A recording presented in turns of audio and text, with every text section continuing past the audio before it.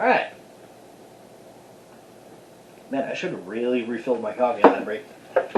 So, we just got done, actually, recording about Cain and Abel, and it went along a lot longer than I thought.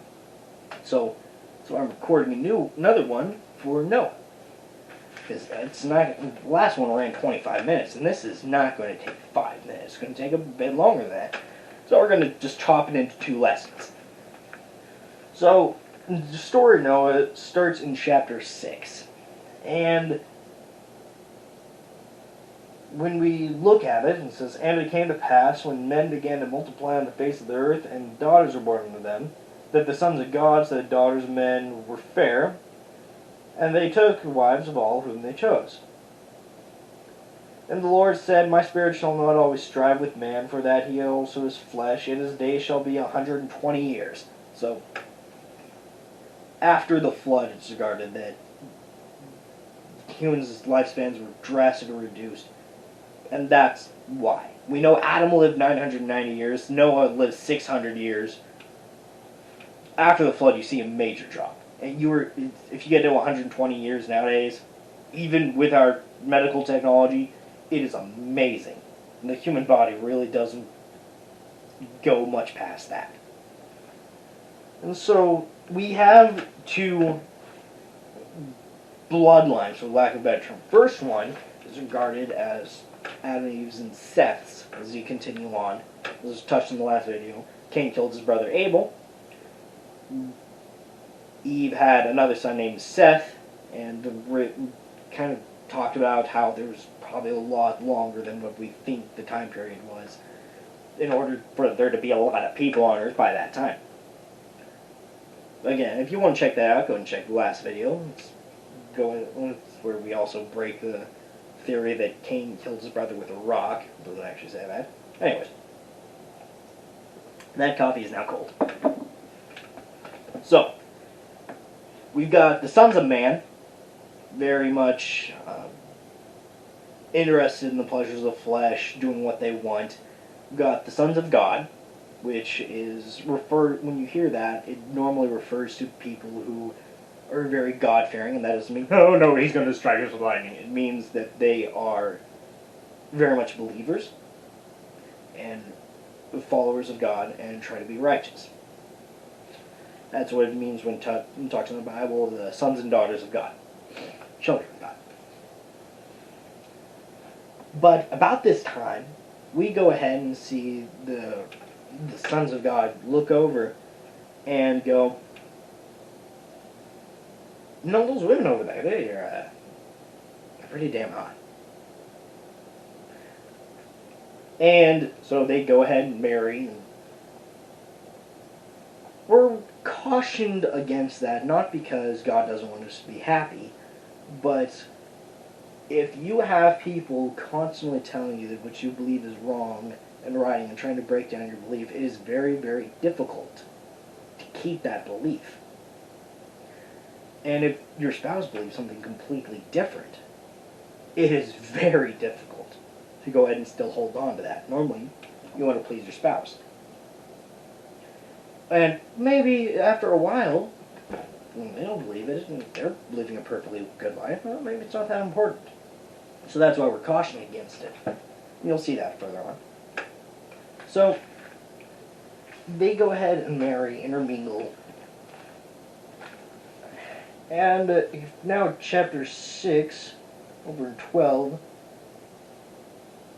And God looked upon the earth, and behold, it was corrupt, and all flesh had corrupted his way upon the earth. Actually, if we go back to verse 5, before it introduces Noah, and God saw that the wickedness of man was great in the earth, and that every imagination of the thoughts of his heart was only evil continually. And it repented the Lord that he had made man on the earth, and it grieved him at his heart. Now this is where we run into, well, God knows what was going to happen. He saw it in the garden. In the garden, he gave us a chance for repentance, promised that we wouldn't be abandoned and cut off, and went ahead and, for us, didn't just destroy everything right there. So why is he grieving now? Well, it's because everyone, again, has free will. And it's not like Cain was fated to kill his brother. That was a choice. It's not as if people are fated to choose evil, and that's a very personal choice. The devil didn't make you do it. That was you. And so I think it very much grieved him the fact that he saw people with so much potential that he loved just not even concerned. They said only imagination was evil. It was for evil. And it's always almost makes me laugh and mourn at the same time, because the Garden of Eden at that time still existed. It was guarded by a cherubim with a flaming sword to turn anyone away. People could see where they came from. They could see an angel of God. They could see the consequence. And to put it simply, they didn't care. And how must the thought process have been like to be able to see proof God existed and proof of your faith, like concrete evidence, and turn away? Nowadays, it makes a lot more sense because we're asked to take a lot on faith, with some of the only evidence being this. And even then, there's the question of whether or not it's actually factual. Yet people who could see God's angels, or see God, well, not see God in his true form, but we're told when Moses requested that God says anyone looks on my face dies. We'll get into that. And people with the concrete evidence in the Bible, such as the Jews in the wilderness, and such as man here when Eden was still there, have some of the flimsiest faith out there, or non-existent. So God's grieving. He said, I gave these people a chance I promised redemption. And they completely turn away. But Noah found favor in God's eyes, and we understand that Noah is a very godly man. God actually speaks to him, tells him to build an ark, gives him the directions for it. Now, in that time, this is going to be a very important part that ties in later, in that time, rain didn't exist. Now, we go further back in Genesis, water came up from the ground. And that's actually back in Genesis 1, I believe. It says water came up from the ground. So rain doesn't exist. There is no chance of flooding. And God tells Noah to build a boat. It says that he's going to wipe out all life on earth. The story goes on. Noah builds a boat. We don't know how. Does it say how old he was? It says that he had 3 sons, and we understand that him, his wife, his 3 sons, and their wives came with him onto the ark. We're going to continue on. God gives him the instructions of how to build the ark, and he proceeds to. 600 years. So it says, it says Noah was 600 years old when the flood waters went on the earth. Not that he died when he was 600. It doesn't actually say how old he was when he started building. No. So we know that our building this thing was a massive boat. It went ahead and 2 of every unclean animal, 7 of every clean animal. And that's for both food and reproduction later.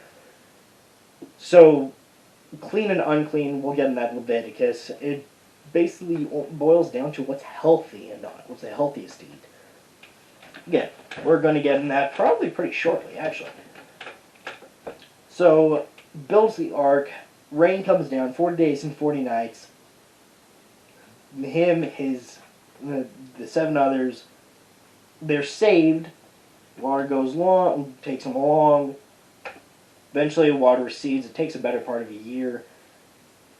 They build an altar and celebrate God. And that's actually not a lot of points. It's a very straightforward story. Except for 2 points that we're going to look at. Now, 1, why were they the only ones saved? About this time, we understand they were the only ones who actually feared God. And again, respected would be the better term. Regarded, followed, believed in. So they were the only real followers of God there. It doesn't say that people tried and were turned away. Now, we understand it took a very long time, and it doesn't say that he went ahead and preached and tried to warn people, but it makes a lot of sense. After all, if you know that the earth's going to be wiped out, turn away from your ways, you will be saved. It's actually a common preaching in the Bible. Every time some major catastrophe is about to happen, turn away, you'll be saved. After he builds the boat, it's, I believe, 7 days. Yep. Let me go ahead and just confirm that real fast, because guess who did not write that verse down? Yeah, so in 7, the Lord said to Noah, and that's when he gives him instructions. Oh, this is fun though. And the Lord said unto Noah, Come thou and all thy house into the ark, for thee I have seen righteous before me in this generation. Doesn't say he saw anyone else. Which is kind of sad, honestly, because there was a lot of people on the earth in those days. And every clean beast thou shalt take to thee by sevens, the male and his female, and the beasts that are not clean by two, the male and his female. And of the fowls of the air by the sevens, of male and female, to keep the seed alive upon the face of the earth. For yet 7 days, and I will cause it to rain upon the earth 40 days and 40 nights. And every living substance that I have made will I destroy from off the face of the earth. So, we know it took a long time to build this ark, but in the end, no one else came on. And it finishes, people are gathering like, okay, it's going to do something it's never before done. It's going to rain.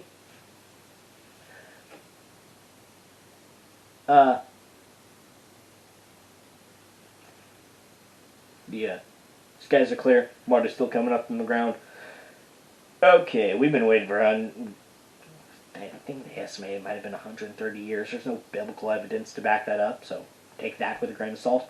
Well, it's been a very long time he's been building this boat. Nothing's happened. Let's go back to party. Essentially, that's what we gather happened. That is speculation, though. Remember, if it's not in here, then it isn't factual, it's speculation, and check very carefully to see if it conflicts with something. Then, we continue on, and it's a very straightforward story. Again, flood waters eventually recede, they come on out, build an altar unto God, spread out across the earth. This, though, is where the major point comes in that we have to look at. The rainbow. I wasn't planning on getting into this. This is more for the Christians. Yes, I understand that the rainbow is a symbol to us. But if people are using it for theirs, wasn't quite planning on bringing this up. We're going to pop over to Revelation for a second. You'll find that this is a point that I am going to hit multiple times. I'm going to go to Revelation. Actually, one of my favorite verses. There's a couple in there that really drive the point home.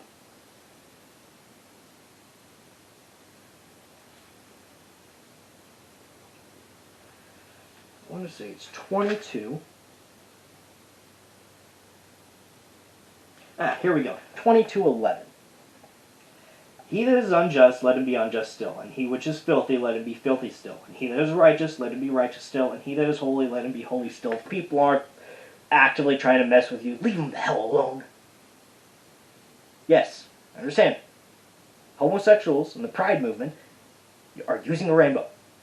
Yes, we understand that it was originally meant as a promise that God wouldn't wipe out life on earth with a flood.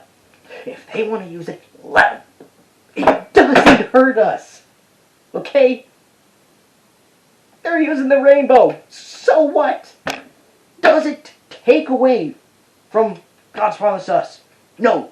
No, it doesn't. In fact, if you just go, okay, that's what they're doing, and go like this, and concentrate on other things, it doesn't affect your life. So stop acting like it's the end of the world. That already happened. It will happen again. Again. The end of the world with a flood, that happened. End of the world with fire, gonna happen. There's not an end of the world between now and then, so leave it alone. Do I agree with it? No. Is it their right to do so? Do they have the same free will I do? Yes. Are they hurting anyone? No.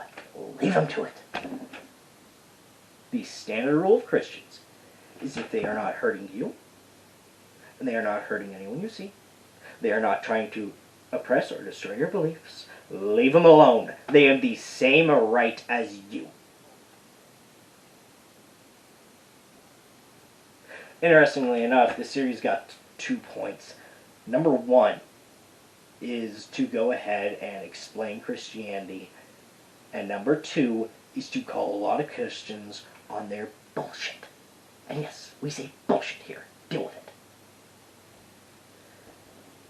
As much as it pains me, and this is struggling with pride to say this, the vast majority of Christians are hateful bigots that take the name of God in vain, and that means they're following God, they're saying they're God's children, not actually following what He says here.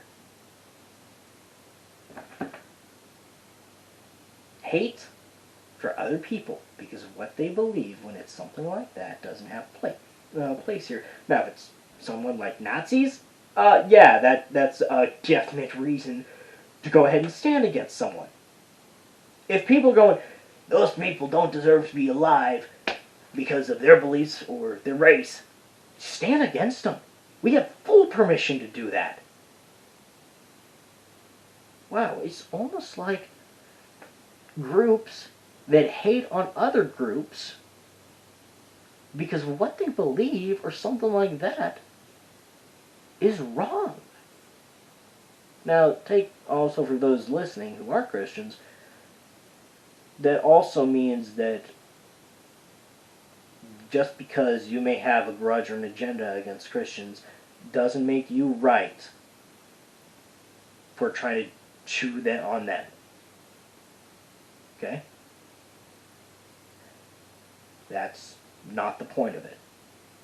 Again, if what they're doing isn't hurting you, or hurting someone you see, turn away. If it is, oh, go wreck their asses. Okay? Now that little point's out of the way, a little tangent, let's continue on. Now, here it goes ahead, and we're going to go to the rainbow. And where is... Oh, I skipped a little far ahead, almost to chapter 10. It'd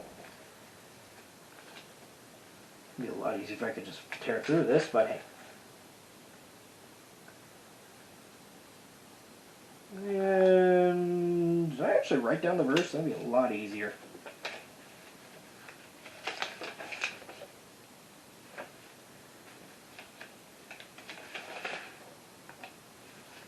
Wow, I really didn't use my notes this week. Yeah, that just means I know what I'm talking about. Probably. Just trying to find where the frickin' rainbow is. Oh, here we go. Now, and Noah built an ark. Built an ark. Yeah, I already built the ark. Built an altar unto the Lord and took. 8:20. And took of every clean beast and of every clean fowl and offered burnt offerings on the altar. And the Lord smelled a sweet savor, and the Lord said in his heart, I will not again curse the ground any more for man's sake, for the imagination of man's heart is evil from his youth. Basically, it's evil, but I'm not going to turn against him. Neither will I smite any more every living thing as I have done. Okay, so that is is in his heart. Where the frick did the rainbow go? We stayed another 7 days. Stayed another 7 days. Removed the covering of the ark. Dry. What the heck? Okay, let's go pop over to 9. Covenant. Ah! Okay, there we go. Speaking unto Noah, he goes ahead and promises that, and behold, I will establish my covenant with you and with your seed after you, and with every living thing that is with you, blah, blah, blah, blah, blah. Establish a covenant with you. Neither shall all flesh be cut off any more by the waters of the flood. Neither shall there be any more flood to destroy the earth. Not saying that there's not going to be floods, because we see that nowadays, but it's not going to be a worldwide flood to destroy everything. And God said, this is the token of the covenant which I make between me and you and every living creature that is with you for perpetual generations. I do set my bow in the cloud, and it shall be a token of the covenant between me and the earth.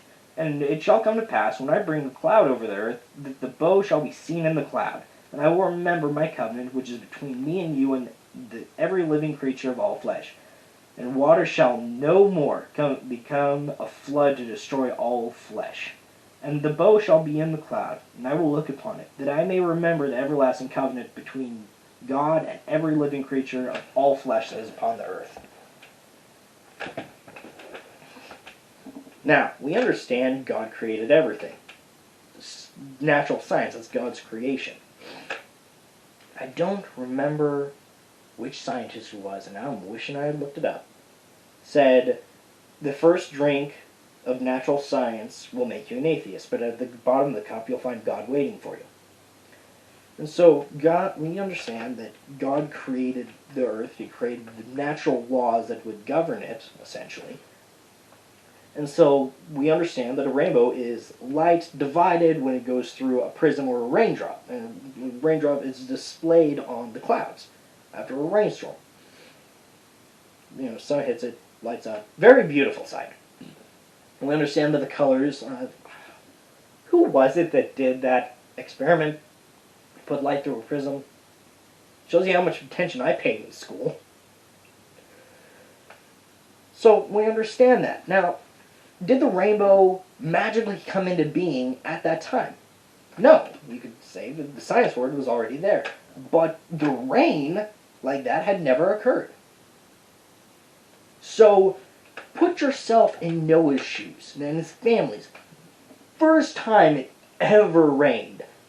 Huge flood destroyed all life but them. They were on that ark for a better part of a year. You think maybe after that happened, when rainstorms came around, they were a little bit worried? I'd have been pissing my pants. That would be a terrifying thing.